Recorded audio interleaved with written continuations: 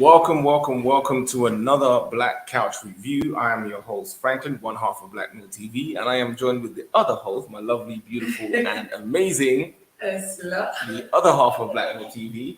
And welcome, guys. You've seen you've seen the title. Today's conversation, we're taking it back. We're taking it old school. We're taking really old school, guys. Because some of you guys out there may or may not know that these relationship conversations have been going on for the longest time, and because we are both of a certain age group right now, we have heard these conversations over and over again.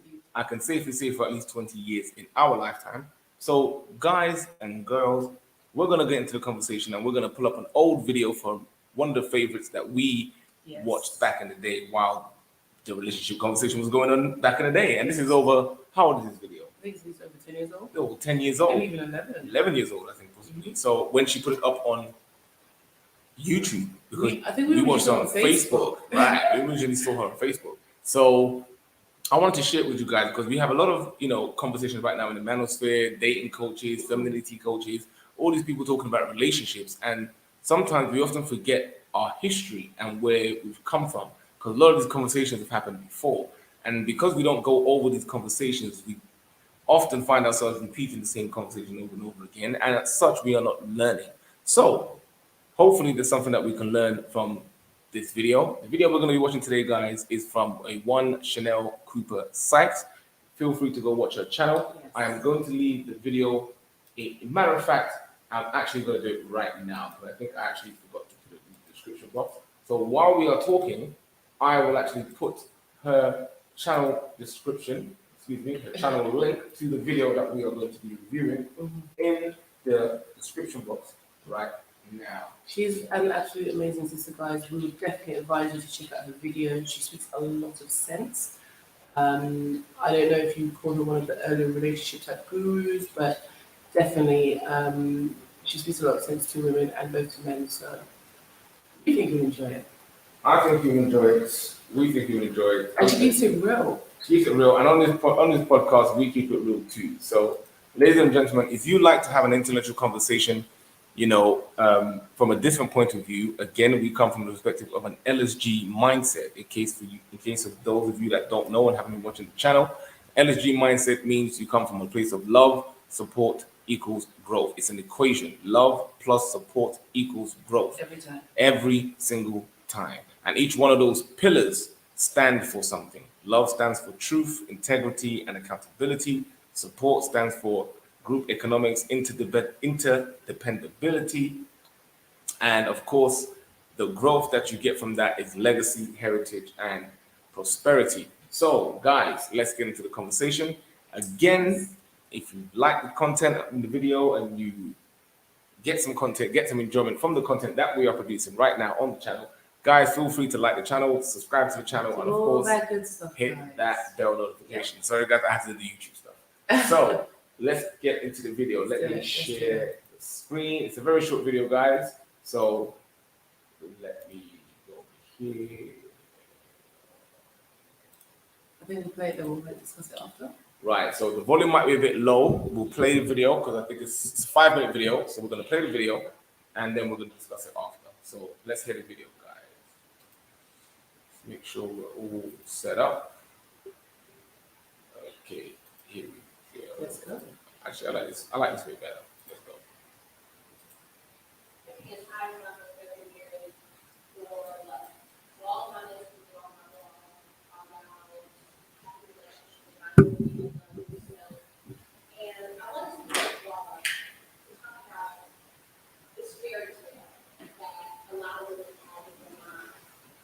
That Mr. Right is going to sweep you off your feet, and you're going to be married, and there's so many women that are like yearning to new relationships and yearning to find a man, which is nothing wrong with that.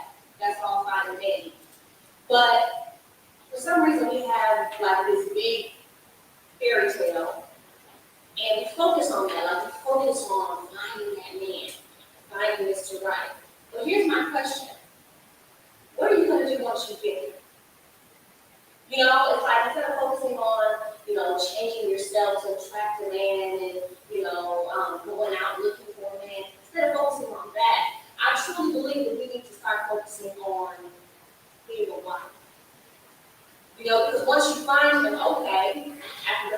is over, after the butterflies are gone, after the initial attraction is gone, then you have reality.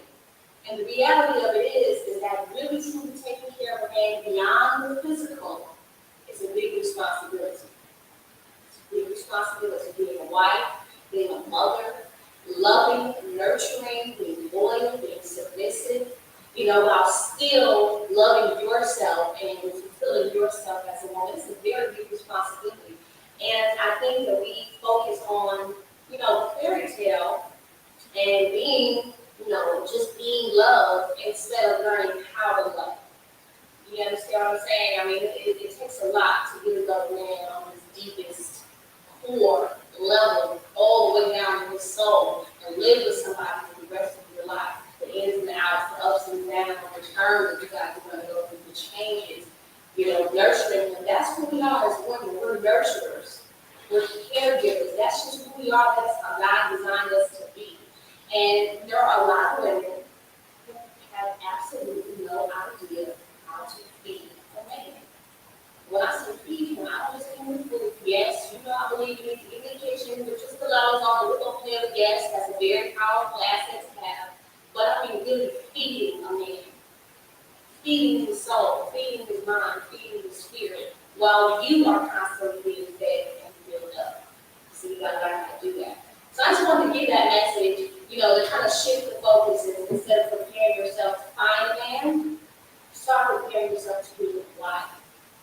For being a wife and being a mother, and being what I call the best of knowledge. So that's my message for you. And to all of you ladies who are running around saying, I am woman, here be born, I don't need a man, I'm independent, and I can do it all by myself, I don't need a man to make me happy. Look, don't sit down somewhere, really, because we are built to be in relationships. Like, we're designed, our spirits are designed for companionship, period. We have a natural want and need for love, to give love, to receive love, and to experience love. And when you cut that off by saying, I don't need to be with anybody to be happy, and I don't need to love a man, to love myself, of course you don't. But in being in a relationship, take your life to levels that you are not able to reach by yourself, absolutely. And being in a relationship with somebody who loves you, who's passionate, and living enjoying life, can that make you stronger mentally, spiritually, physically, financially, and make you a better woman? Absolutely. Because being loved, I mean really being loved. I don't mean being loved for all this on the outside. I mean really being loved and really loving somebody else. It is such an amazing experience, and it will open your life up on so many different grounds. You have no idea. So again, that's my message, you guys. I'm Shanel Cooper-Sykes. Go out there and get your stuff together and prepare yourself for the rest of your life.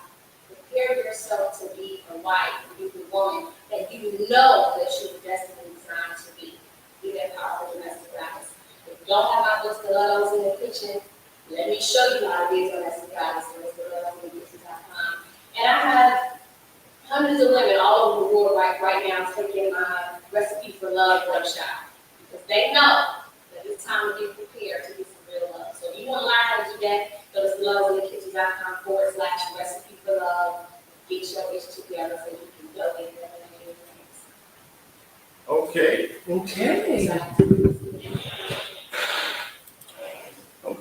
Oh, I love her. I'm not gonna lie. I love her. Let me just put her back up. I just stopped sharing the video. Mm-hmm. So that way she's talking, we can have her face up there. We get a nice shot of her, because she's an absolutely beautiful woman. But her natural beauty just stands out. Yes, and that's what I wanted to highlight, the fact that she's actually come on the platform with her natural looking face. I mean, you always do come on the platform with your natural looking face, and there's nothing wrong with a bit of makeup to accentuate and highlight a woman's features, but what we have today with that challenge. What's that challenge that exposed on Instagram with the females doing the makeup? I don't know what that challenge is. I don't know what it's called. I just call it Juju. But no, guys, honestly, she is absolutely amazing. She has an absolute natural beauty, and she has a confidence of somebody who knows herself. And I think a lot of the times we have so many modern women, like as she said, like hear me roar, and it's like there's the verbal stuff, but then you don't get this. You don't see the naturalness, you don't see the confidence, you don't see the woman who, like, we reviewed another video for Mason, and I think a lot of these modern women are trying to do this, what was being done 10 years ago. Yes. They're trying to replicate this. Yes. And in a certain way, they're trying to, in many ways, say, yeah, you've got to work on yourself. Yes, we have to work on ourselves, without a doubt. There's no excuse. We are constantly supposed to be working on ourselves. But sorry to get, but did you see the clear difference between April Mason's advice? Of course. But what I'm trying to say is there are similarities in the sense of there's an emphasis of yes, you have to work on yourself. Mm-hmm. But it's understanding why you're working on yourself. What is the purpose? To be a wife, to be a mother. Right. You know, and that's what I thought was so profound in what she was saying, because she's letting you know very clearly, this is who we're supposed to be. And for me, I get, babes, you know me, I get fed up with the conversations because I'm tired of other women trying to represent that something which is naturally biological. For those of us which want that, which believe in that, which wholeheartedly know what we're biologically driven to do, we're not meant to speak with a rhetoric, oh, I don't want to be married, I don't want to have kids. No. Those are my greatest blessings, you see what I'm saying? Those are things which you look forward to. That was when life started, when you were a married woman. You weren't just young anymore, you weren't just dating. You know, even African culture, that's when, you know, you and your husband get to wear the same cloth. And, you know, when you can actually openly say, yeah, this is my relationship. It was always for the purpose that, okay, once you get the man, what now? And a lot of modern women, there's no thought for what now, and that's because it's always the current present thinking. There's not a future thinking. But when men are the afterthought, you see how we get here. And if this was being said 10 years ago, it's so sad to see that more women like this were not looked at, were not championed. Which is what I'm saying. Because this is my argument when it comes to the whole dating perspective and women, because I always hear women speak about. Because remember, I'm 40 years old, and I've heard for my majority of my lifetime in the West, predominantly coming from Western women from African American background, women from West Indian background, women from the European background, especially the Black community, speaking about their disdain for men, yet they still want men and desire men. And it was very confusing because they would give mixed signals, they would be playing games, they would be doing, you know, all these things obviously prior to us getting married, etc. It was very confusing. And even with us being married, even with me, before us being married, me being a single parent and looking after my child, you know, that wasn't even championed, even though that's what they claimed that they wanted. They wanted a man who was, you know, able to look after his children and stuff like that. And I stepped up to my responsibilities, even though his mother didn't. And that still wasn't championed. Matter of fact, that went a totally different way. So to hear that as a man for 40 years of my life, pretty much, and you know, someone like Kevin Samuels, and I'm sure other men can attest to this, hearing it that much, because it's gone on for over 60, 70 years now. We're talking a few generations. So to hear that rhetoric and hear that conversation, and know that there were women like this, Shanel, Cooper-Sykes, over 10, 11, this video is 11 years old on YouTube, and the timestamp is there, and the link is there in the description if anybody wants to watch the original video again, but that was the whole video, or watch more videos on my channel. It's very sad to see that these women were out there speaking the truth and giving women a way out and giving women a way to build relationships, which inevitably builds communities, which inevitably builds legacy, which is what we speak about on this platform. We always speak about family, marriage, and business and lifestyle, because we understand that marriage is the fundamental building block to a family, which is the fundamental building block to a community, which is the fundamental building block to a culture and a people.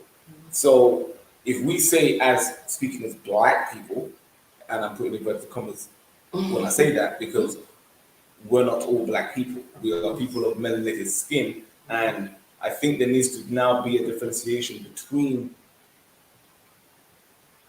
I think the Americans are actually doing that already by saying they're ADOS or whatever the case may be. They're not affiliated to Africa, so to speak. And as I'm seeing, there has to be cultural distinction. There has to be a cultural distinction between the blackness, right? Because Africans, melanated Africans, I won't say Black, melanated Africans are not the same or don't have the same culture as Westernized Africans, Westernized melanated people. They don't have this, and those people don't have the same culture as African Americans or ADOS people.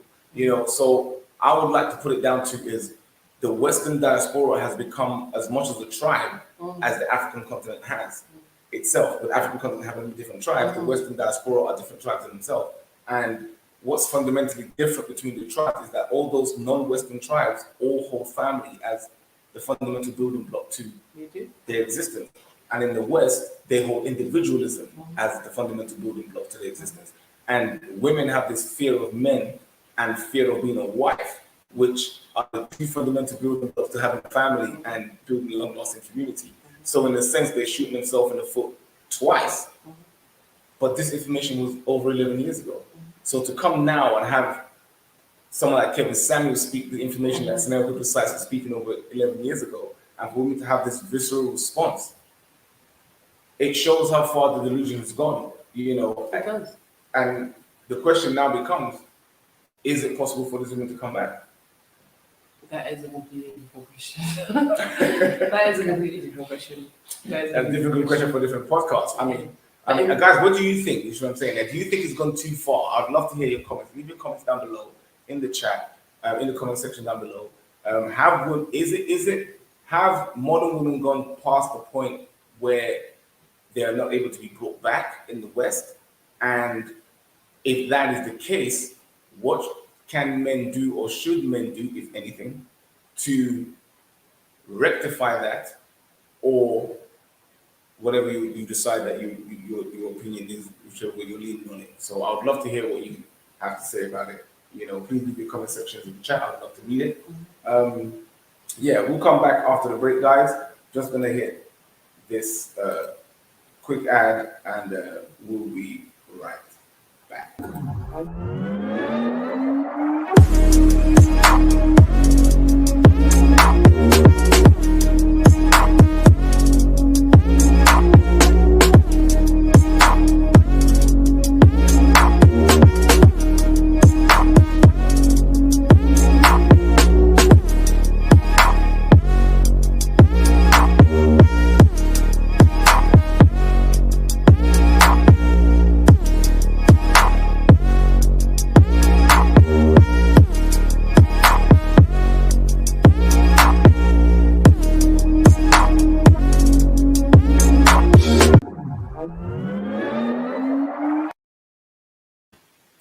Okay, guys, welcome back.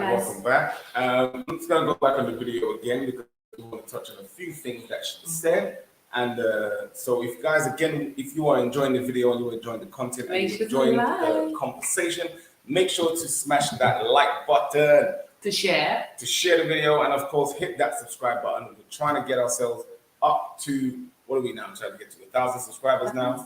So guys, the channel is formed, the channel is out, I'm trying to do the podcast. Support the channel, support the content. Let's get up. And thank you to all the subscribers so far, because you know you guys, you've been absolutely amazing. That's the love, that's the support, that's the growth. And that's the love, that's the support, that's the growth. To all those who've been talking on the Shahrazad Ali video and leaving comments, we love you guys, and we've been responding and commentating with you guys. We will get around to reviewing the Shahrazad Ali book. We're working on it, guys. We are working on that right now. Always make sure our content we bring out to you at a certain level. We want to bring that out at a really good standard and quality, so it's very informative. And so it's a good conversation. So it's a good conversation as well for you guys. So look out for that video. Like this space, if you think about it, conversations because that's an over 30 conversation, yes, which is even more prevalent. Now, yes. So we'll give you a conversation that was 11 years ago, and Shahrazad Ali is over 30 years ago, 32, 33 years ago, something like that. Still as profound, as you said, yes.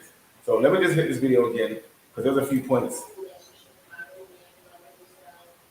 And I wanted to speak to talk about this fairy tale that a lot of women have in their minds.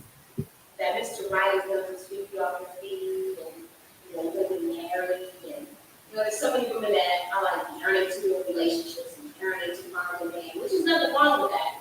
That's all fine and dandy. But for some reason, we have like this big fairy tale, and we focus on that. Like we focus on finding that man, finding Mr. Right. But here's my question: what are you going to do once you get it? And a very good question it is. That was a very good question. A very good question. I love the way she dropped it. I love. That's what I'm saying. She into it, you know. she got straight to the point. Yeah. She got straight to the point. And so what do you, I mean, because you know what I think, right? We've had this conversation many times. many times. Which is what we're having again. And well, this is why I wanted to bring it up, because you and I have had so many conversations. We've counseled so many couples, in the church, in the ministry, outside of the church and the ministry, family, friends, how many marriages do we have now? What? Three or four? Four, I think. I think we're on four now. And so, including our own, so that make that five. So, I think we're at a place where we can speak about certain things, and we speak about this a lot of times, and I've spoken about this many times, about this Disney fairy tale, and a lot of men, we recognize this, and because I used to speak to you about it when we were dating many years ago, during our relationship, courting times, and through the early stages, talking about, even till I think the later stages, talking about this Disney fairy tale that I encountered when I was, dealing with women, and how they would all say the same thing and have all the same vision. Yet all women would say, I'm different. How can you be different if you all say the same thing and all want the same thing and all desire the same concept, which is what she's speaking to here. So growing up, I very quickly realized, this is Disney. This is not real. So why are women buying into this Disney fairy tale? Now, I understand this now, growing up, becoming a man. I understand this, but to our listeners and to everybody out there, I would love to have this conversation with another woman, because I know your opinions, I know your thoughts about it, and I would love for you to share that with them so that they can be more informed and more equipped going forward, if you will.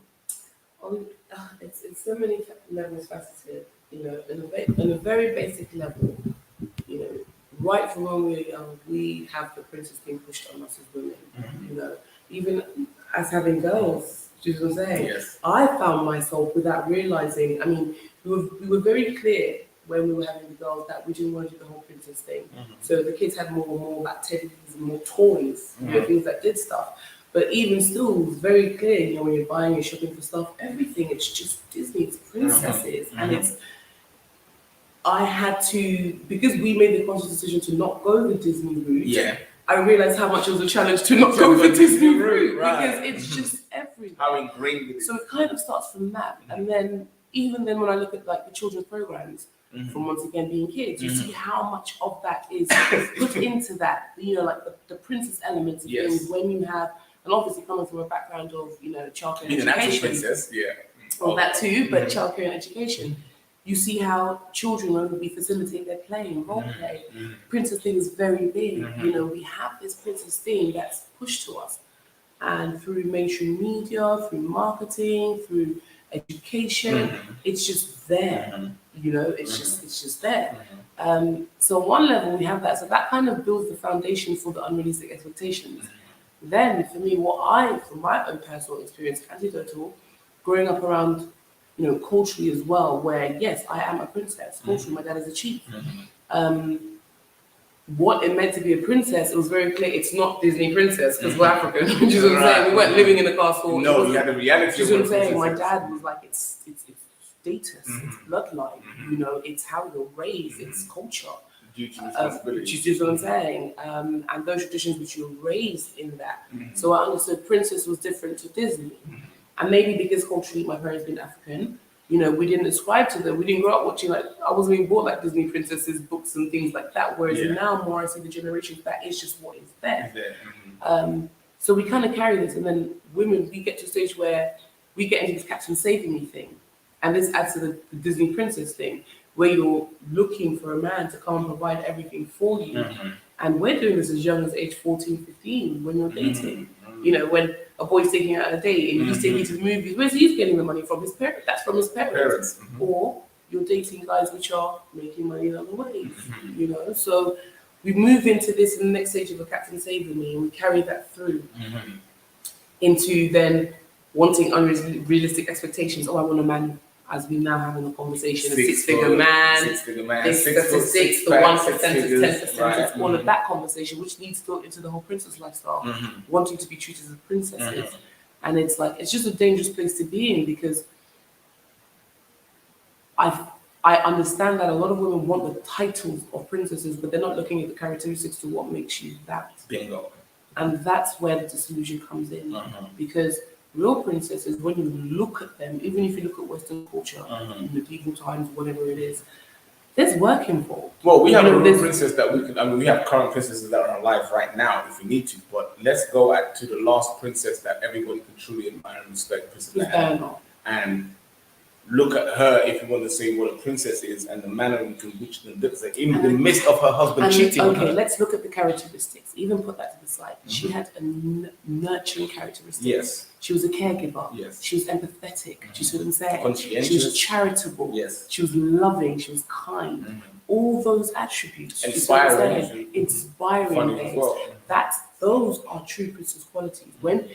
Because we're given Disney, and don't forget Disney was a production company. Yes. So we're looking at sets, we're looking at smoke and mirrors, we're looking at marketing, and we're looking Consumerism. at budgets. Do you see what I'm saying? People forget, babes. When we were watching, what were we watching the other day on Netflix? I think like top 10 movies that we all grew up as kids and things Yes. like that. And then we were looking at behind the scenes how the movies really got made. Yeah. And there's one movie we're looking at, and we Movies forget that shaped the generation. that's it. And there was something that stuck out to me because there was one particular movie that we all knew and loved and everything. And there was the movie, how much they spent to make it. Yes. And then there was how much they spent made. on, there was how much they spent on the advertising and marketing. Oh, right. And in that moment, it was like, I don't know, funny moment where I just thought to myself, we underestimate what is put in. The power of marketing. Not only do they make the movie, which is the subliminals within the movie, the music, the mainstream, whatever it is, how we get our information as women. Then there's what they add to the advertising. They think very carefully how they're going to push this. And this is not making excuses. It's just what is. Some women understand this, some women don't. Do you see what I'm saying? But that feeds into, and that's why women don't prepare themselves for marriage. That's why women don't think about that, okay, I'm supposed to be priming myself and maintaining as high a value as what I can to get the best value, to get the best pick, to have the best man pick me. Because ultimately, babes, men are picking us. Yeah, but this is the thing, okay, so this is the other part I'm going to go into, because women have a visceral response to this pick me thing, right, that they have about women, especially Western American women. They speak about this pick me attitude they have with women, or issue they have with women, right? But then they want to be this Disney princess. But the whole concept of the Disney princess was that she was picked by the prince. Of course. So on the one hand, you're shaming the women that are actually in the princess role of being picked by the princes, but you want to be in that role. So how does that? Because it's a fallacy that we're given by Disney. Let's really, I think we had a conversation about this before. Let's really think about even the whole premise for the whole Disney setup for Prince. Right. Look at a lot of the princess the movies. You usually have a prince that's in a far and distant castle somewhere. Yes. He hears of the maiden that's somewhere else. He treks far out. Yes. He has no idea who she is, all the rest of it. All he has a knowledge of is her social standing. And that's the one he goes far out and wide to go see this woman. And then, they give us a version that she's beautiful, but a lot of the times She wasn't. Kings and princes and princesses, marriages were alignments. Yes. It was political. It was to merge ties, blood ties, to prevention of wars. Especially at the higher echelons in There you go. society. So a lot of those times they weren't matched out of aesthetic beauty. It was arrangements. Yes. You know what I'm saying? But even then, when you take the Disney side of things, these princes didn't have to do anything. Yeah. They just stayed where they were in their lands, in their castles, in their trap towers or whatever it was, and handsome man at that, and Prince Charming. That's a characteristic. Do you see what I'm saying? And this man is gonna come to you and then just have you, and then they give you forever after, happily ever after. Now, this was and that's the hoodwink. That's the delusion. This is my issue with modern women today and the whole Disney fairy tale that she points out. I know we've kept on this point because it's really a big point, and we can have a full podcast on it.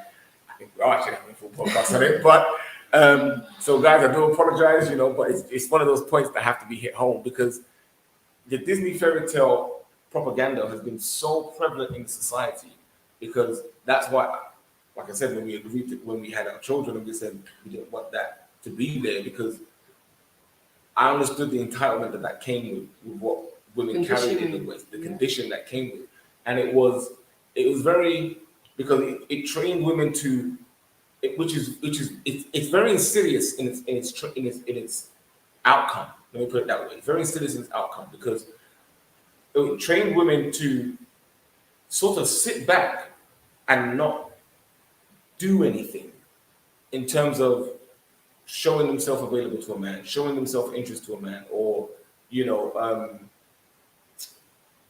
But it's not doing, the expectation. but that still the man having the did those expectation of the man to do things. those things. So which is really weird because a real princess was trained to do those things, came with that knowledge already. You know, so when the man arrived, she was witty. She had the banter. She had etiquette. She had etiquette. She She knew how to conduct present herself or social conduct herself standings. right. You know, she knew how to dance. She knew how to. These things were already pre-ingrained in her. Princesses were very refined. Very refined. So, and which goes back to this queen boss conversation. So, on one hand, they want to be treated like princesses, but on the one hand, they claim to be a queen. But if you're a queen, then you don't need to be treated like a princess because the queen is already married. But it's not even that. It's No. almost like women now are sorry to No, go ahead, go ahead. No, go ahead. I was going to say it's almost now. It's like they want to maintain the essence of I'm a princess and get all the entitlement that comes with that. But then they want to have the reservation to act as though they're the knights. They're saving themselves. They're saving I'm themselves. going to work on myself. I'm That's going a to very get valid things for point. myself. Yes. So in turn, you are the knight. You are the You're knight saving yourself. Right. And this is what I always say to this modern woman, why it's a fantasy, because if you're the knight saving yourself, well, then you're both the knight and yourself, in which case there is no man. What's the purpose for the prince? What's the purpose for the prince to come for you then? Exactly. So it's a self-defeating prophecy or self-fulfilling, I don't know. And this is what she said was so when she said, what now? Yeah. This is it, what now? Happily ever after. There's the what now. And I always ask the question, if I was the prince, why would I trek, fight the dragon, trace through the forest of dark of no return, go through the valley of souls and of weeping willows? Why would I do all of that madness for a chick A, I've never seen, B, I don't even know. Well, of course, we already talked about the arranged marriage side of things, right? So that's reality. But in the Disney fairy tale, I'm tracing across this world for the hearsay of a woman's beauty.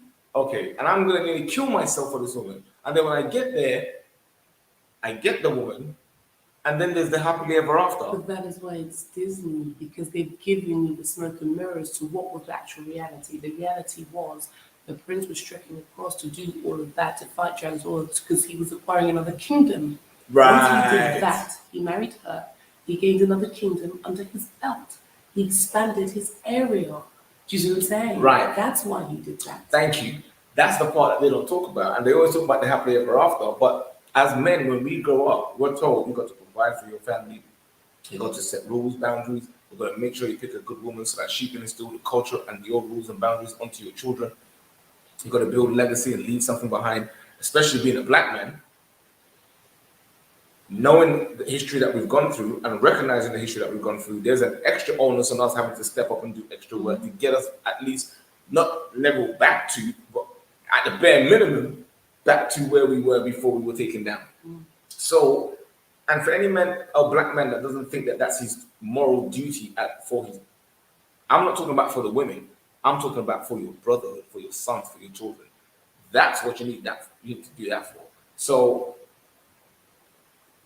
I kind of went off a bit, but to bring it back, for me having to do all of that and then go to find this woman, and then find this woman, they didn't give me no value of what she said. Again, they're giving me a Disney fairy tale by saying that her beauty is all I require for her to do anything. Now, if I'm going to have a queen, and this is going back to the subject again about women always say they want to have a say, you know, they don't want to be just submissive and not say anything. I found this argument very asinine because being in a relationship with you for over 20 years, you're one of my greatest counselors.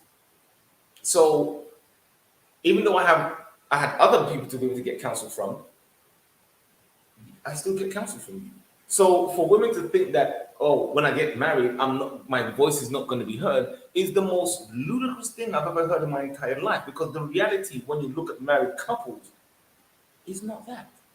Because it's not a foundation in the places of trust.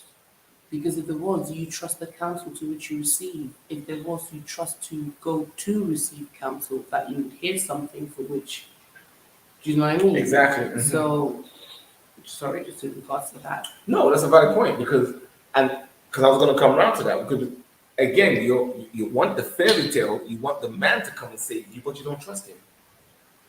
It's like the wicked. It's like you've got one angel on one shoulder and the devil on the other shoulder. So this is why it's so messed up, and this is where the whole feminism comes into play, because feminism is also screwed the Disney princess philosophy, Right. and now women are trapped because they still have essentially Disney. Yeah. It's in their mind. It's Right. It's engraved in them. Right. And it will always be. Pretty Woman. It will always be because it's marketable. Then they will never stop marketing the princess ideology because it sells.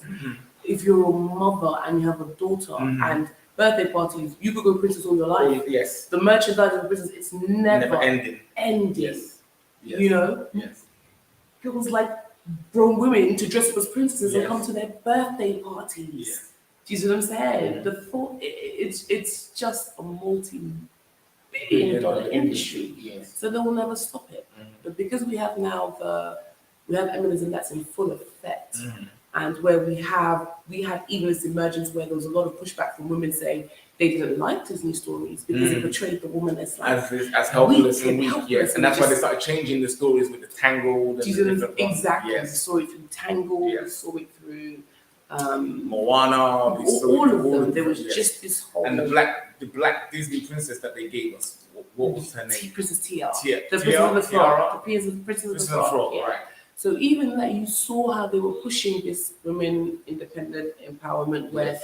I am still a princess. Yes. I still want to have my crown. Yes. I still want to have The because prince what come to me. they were pushing is they understand that princess is the power that came with the princess. Right. You see what I'm saying? The power of a prince is that a prince came from another kingdom to come over to yours, whether you're good looking or not. And most of the times, they were not. No, we're not. This is how kings were marrying off their daughters. Yes, they were not. They were not. Yeah. Yeah? They were not. Some kings were having to do some serious deals to get their daughters married off. Yeah? So women forget there was this aspect of that, you know? And a woman had to be fully refined, even for the man to overlook the fact that her aesthetic beauty wasn't there. Disney's given us that all princesses are beautiful. They're all fair maidens. Yes. They're all this. And now what we have is modern times. That reality doesn't reflect that because all women are not beautiful. The majority are not. There's a lot of beautiful women in the world. But in comparison to people in the world, the majority are not. Most people are average. Yeah. So with knowing most people are average, most people are not living princess lives. But now we have grown women acting as princesses because they've taken it right from childhood. And now you have 30, 40-year women still princesses wanting to have the tiaras. You see them, they still want They it. want it. That's pushed. They want that more than the wife and to be. I want to be a princess. Outright, I want to be a wife and a mother. But that essentially tells me that all women are craving, modern women that is in this time are craving just the attention. Attention is the highest. It's the highest commodity, right? So It's the highest point of all attention of for them. women is like sex for men, right? So now men need to understand that and come to the terms with that, because once they come to terms with that, they then understand the level of commodity they have. Because if they understand that attention for women is like sex for men, then men will know to the level that women require that attention, because then it then explains the levels of behavior to which they're willing to go to and the mindset in which they're willing to have. Because to stay in a fairy tale mindset, which is clearly contributed to your lived life experience, and then you're still trying to force that false reality and then force others to live in that false reality by claiming men ain't ish because they're not living up to this prince fairy tale, which is even funny for the black community because black women have forgotten that black men were enslaved.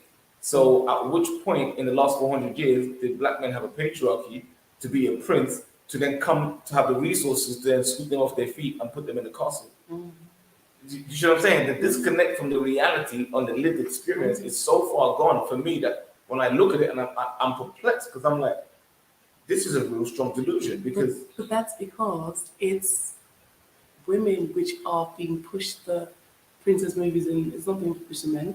no, Men are not being pushed to watch princess movies. No, They're not being pushed to do that. No. They're being pushed to chase women. Yeah. They're being pushed to be over-sexualized. yes, we're being And if you're over-sexualized. over-sexualized, you'll have to then spend money Men are being told to do just the think about things. sports, sex, and work. But with all those things, they've managed to. There's a level of consumerism to that now. Yes, There's consumerism that in all three of work. those. Men now have to look a certain way for work. Yeah. They have to, Groomed, seem to be styled, partaking certain fashionable, things. Exactly. When it comes to relationships, men have to engage in that, and they now become consumers to be able to take women out, to be able to, just even to engage in the basic level of relationship. Yes. Whether you're paying for escorting services, whether you're paying for like sex directly, whatever the nature is, porn, whatever it is. To gain some form of relationship and connection, men have to go into the consumer market. Okay, guys, we're gonna hit. That was a whole complete digression. Yeah, we're gonna hit another breakdown before we hit another one more point before we get our final thoughts on the video. So we're gonna be back after the message.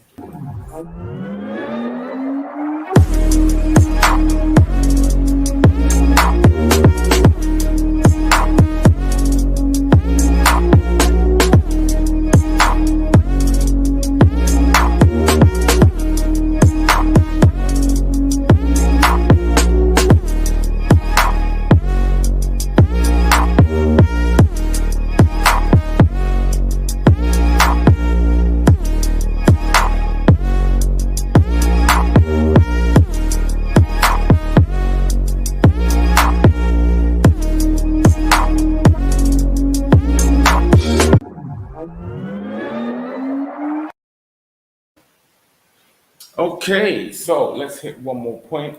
Yeah. And where is it? Like kind of focusing on, changing yourself so it's happening and, the shit is actually on. Then you have reality. And the reality of it is that really truly taking care of man beyond the physical is a big responsibility. Okay, right there. So let's play that back so you can hear what she said. The reality of it is that really truly taking care of a man beyond the physical is a big responsibility. It's a big responsibility to being a wife, being a mother, loving, nurturing, being loyal, being submissive, while still loving yourself and fulfilling yourself as a woman. It's a very big responsibility. And I think that we focus on, fairy tale and being, just being loved instead of learning how to love. You understand what I'm saying? I mean, it takes a lot to really love a man on the deepest core level, all the way down to his soul, and live with somebody for the rest of your life, the ins and outs, the ups and downs. Okay, hold that right What did she say that was nonsense? Hmm? What did she say that was nonsense? Well, everything she said, she hit the nail right on the head. For me, women don't understand this. A lot of women don't understand this. They don't understand what it means to love a man, hold a man to down hold to his him core. down, to sacrifice yourself. Do you see what I'm saying? To put his needs completely before your own, time and time again, if need be. Do you see what I'm saying? Not for what's it just in it for you. Do you see what I'm saying? A lot of women, they don't. From what I'm definitely seeing from modern women, they don't. I think because they don't understand men. And what I'm seeing is what modern women have lost and what evidence was done and what the independent self-empowerment movement and body positivity movement, princess that paradigm, consumer modern media, all the rest of it, what it's done is remove the knowledge of who men are and what men are from the minds of women. So now what the women are asking from men are unrealistic because they don't know who men are.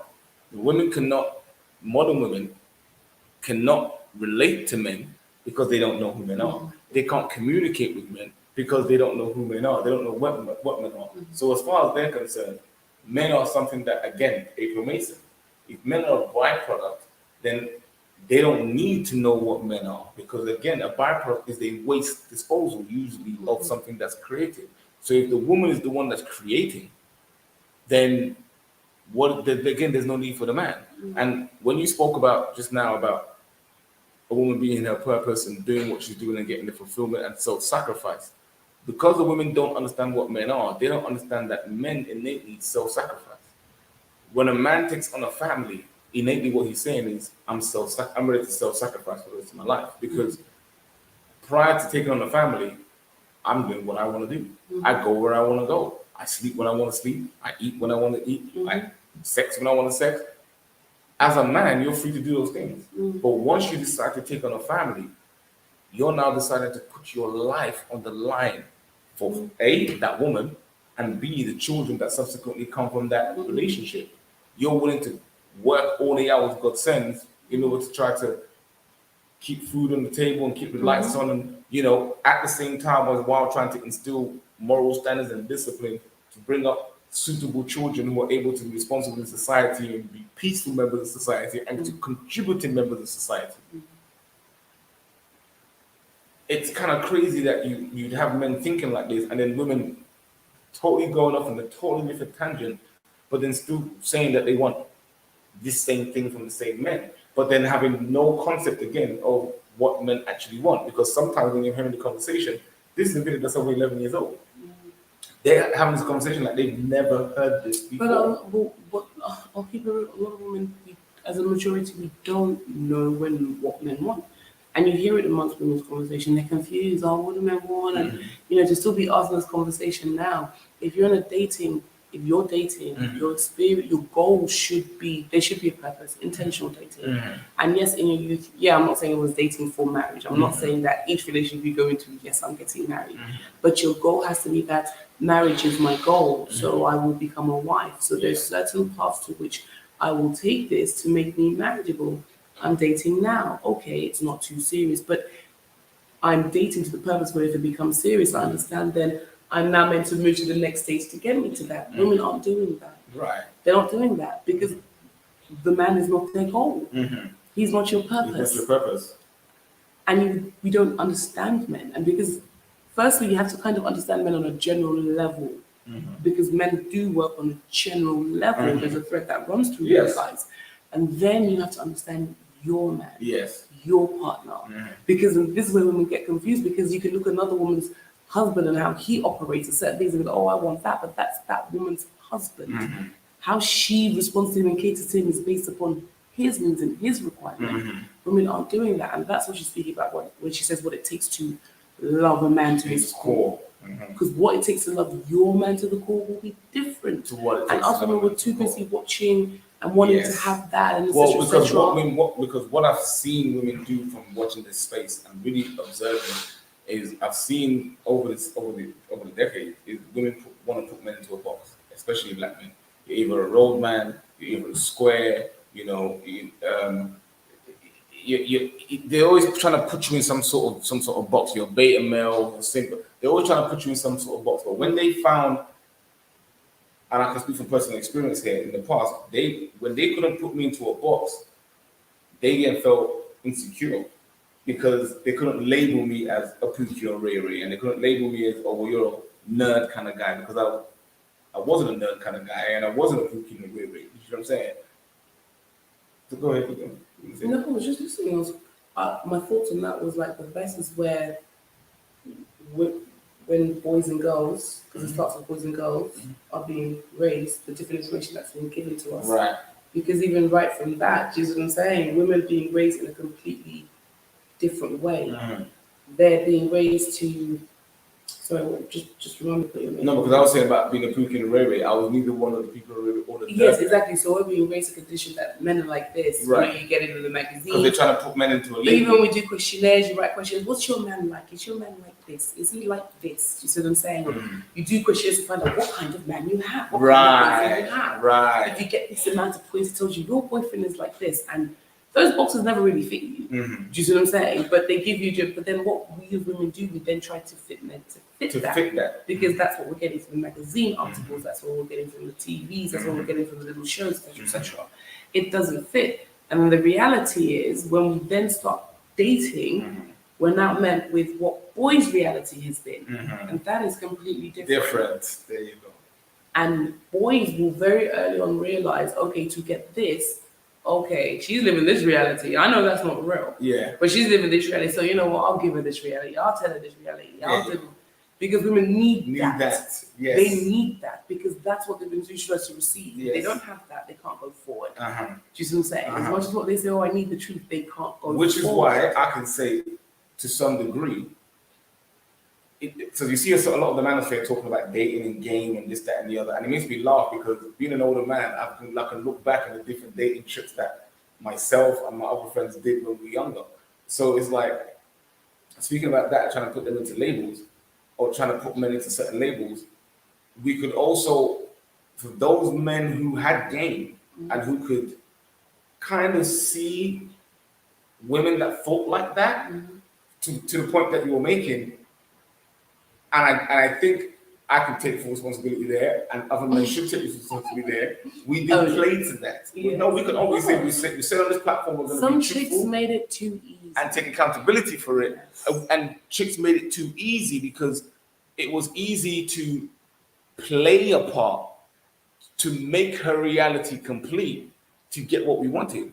Because you can tell a woman the truth. All men will tell you this. Women didn't want to hear the truth. You tell a woman the truth, you don't want to hear it. Yes, because men learn very early on we want to be lied to. We want to be lied to, Women right? will not accept they want to be lied to, but Right. they need to. Amongst us and within us, our friendship and sister circles, we'll say to each other like you need men to give you that fluff. Otherwise, it's like you're not really into it. Just what I'm saying. It's like you want. That's why guys come with extra game. And I was quite fortunate because, like I said, it was I don't know our generation, but I grew up around. Like I had brothers, I had uncles. I've always grown up around like strong men, you know, men which are like fathers, leaders, players also. Do you see what I'm saying? But they commanded their environment. So I understood that it's a game. Dating is different from men. But because I was seeing men getting married, because I was seeing men having families and leaving legacy. I know that's what's there. A lot of women don't know that's what's there. Right. Do you see what I'm saying? Because they've been given Disney. I was given reality. I saw my father. Do you see what I'm saying? I saw a figurehead. I saw my mother. What they call femininity is what we call culture. Do you see what I'm saying? Where they cleaned and took pride in their environment. Do you see what I'm saying? They made sure their dwelling space was what it was. Took pride in cooking and feeding their Of children. course, but things now, which when we get to, it's like, well, what now? Well, the what now is, I start cooking, I start cleaning, I start feeding him, I start having some babies, I start like pushing him in everything that he's trying to do, making him the greatest. I start and real legacy was in death when you think about it, because men could die because they're the providers. So when we talk about legacy, you were ready to, if your man died, continue his name through his children, continue and raise your children to carry on and do whatever job their father was doing. This is why you had second and third generation blacksmiths, because that's what you raised them into. That was their father's profession. We don't have that because women do not know how to carry on the culture. They don't know how to love a man to his core because they understand that love is obligations, it's responsibility. We call it femininity, but it's your womanhood. It's like, do you not want to care for somebody? That's why I do believe you can't teach certain women how to care, how to nurture. You can advise them on how to understand their man or their partner. You can teach them tactics and ways in which, will make them more pleasant. But you cannot teach a woman how to really care and want to look after a man, how to want to bring in peace in his home, in his environment. You can't, to understand that when he steps out of that door, he's doing completely something else. So when he steps back into this door, he should be dealing with something completely else. That's lost. But that's my 2 cents. Wow. I think we'll leave it almost there. reached the hour. I know, and this is why, once again, you have to pay attention to the things that she's saying. Yes. As women and as men, because when you hear women speaking this should be a standard to which you're like, okay, this is how women are supposed to speak. Yes. This is how a flow of conversation should go. This is a woman who's at the stage of accountability. She wants to be a wife, she wants to be a mother. So now if I look at a woman like this, and if she's not married at this stage, I'm not going to sit and say, oh, but you're not married, you're talking all this stuff. Because at the same time, if God has not blessed her, and that is not the season, the man has not found her yet, do you see what I'm saying? She is still doing what she's supposed to be doing in the place she's doing. So when he does find her, she's good to go. She's not now questioning, do I want to get married? Because as the scripture goes, a man who finds a wife findeth a good thing. So again, she must be a wife when he finds her, because that's what he's looking for. A man that looks for a treasure, when he finds the treasure, he finds a good thing. So if he comes there and he finds that it's kind of brass ain't gold, well, as you always say, if it's mutton dressed as lamb, you're not really gonna be, You're not getting the best of the meat. you're not really getting the best of the meat, right? Yeah. So And when they say, why does a man find a good wife? Because he's going to find one who's going to cook for him, clean for him, take care of him. Do you know what I'm saying? Because the road is the man on it's not an easy the road. life is the man on And the that's road why is the not an scripture easy also life. says, and I'm about to put up the scriptures at some point. The scripture also says, a man it's better for a man to live on the roof and the corner of his house than to live in the house with a quarrelsome woman. So, gentlemen, that's goes to show that you need to understand you have a role to play in the women that you chase after. If you understand, and I said it in the last video, that sex for women is attention, meaning the way you and I value and uphold relations, physical relations, is the same level that women hold attention to. Once we understand that, and then men who are dating, then you can understand how to use that within the dating environment to get yourself what you want and not be used and abused within that situation. That being said, you should now be able to vet women and ask the right and pertinent questions to weed out the attention-seeking women straight off the bat, because you don't want your time wasted. And those women are not worthy to be chased after. But there are other traditional women, other women which are ready, who are wise and are doing the work, as you can see. This one was 11 years ago, who want to be wise and who are ready to be wise, so that you don't waste your time. It's like a needle in a haystack, guys. There's many haze. You need to find a needle. So don't waste your time stroking the haze as you're going through the haystack. You need to get in there, get out, and find the needle, because there's very few of them, right? It's just very quickly before we close that, guys. Remember when we had that conversation? Was it even earlier? When we're having a conversation, we'll talk about so knowing that guys aren't growing up with this information of how women are being, how would, from the first date, so a man's not wasting his time. Right. How would he decipher?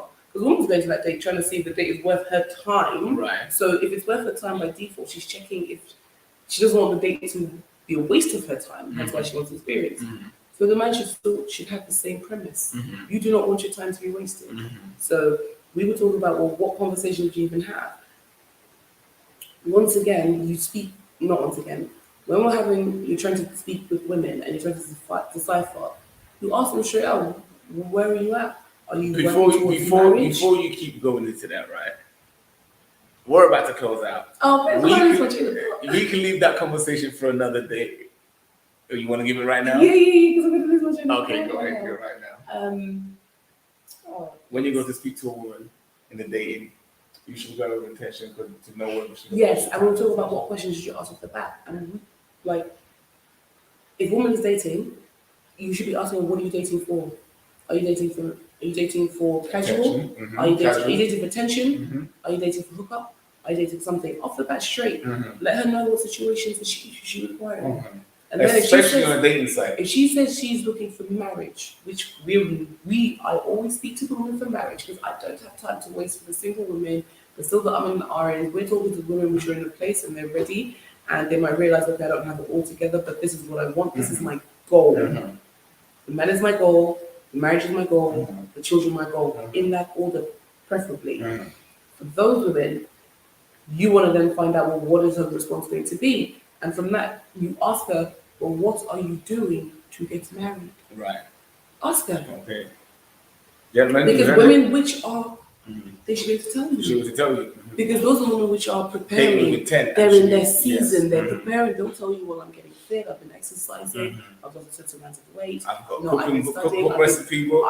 I've been bettering myself. I don't have to bake or something like that. I've been learning interior design because I want to make sure my home is a place of tranquility. Even if a woman tells you she's doing feng shui, I'll take that on board, because the man, she's like, okay, she cares about bringing peace and calm energy into the home. That makes a difference. Well, you need to be careful about that, because a lot of women like to do this whole spirituality thing. Guys, I'm not talking about burning candles. And I did a video on that spirituality thing, but I might have to do it on the podcast. I'm not talking about burning sage and that kind of stuff. And steaming their yonis and what have you. I'm not talking about that. Okay. I'm talking about women that understand, and this is what as women we are, but we understand there's an energy which we bring.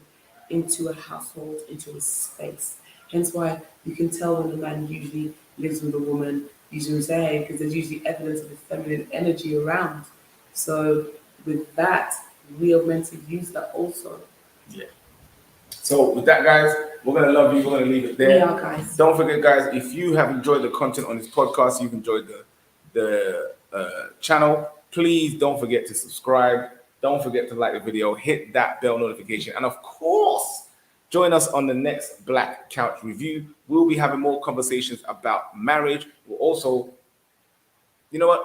You just keep tuning in. You just keep watching, and we'll bring you some more content. Yes, Until then, guys, I'm gonna say peace, blessings. It's bye from one half of Black Moon And it's TV. bye from the other half. Peace out. Peace.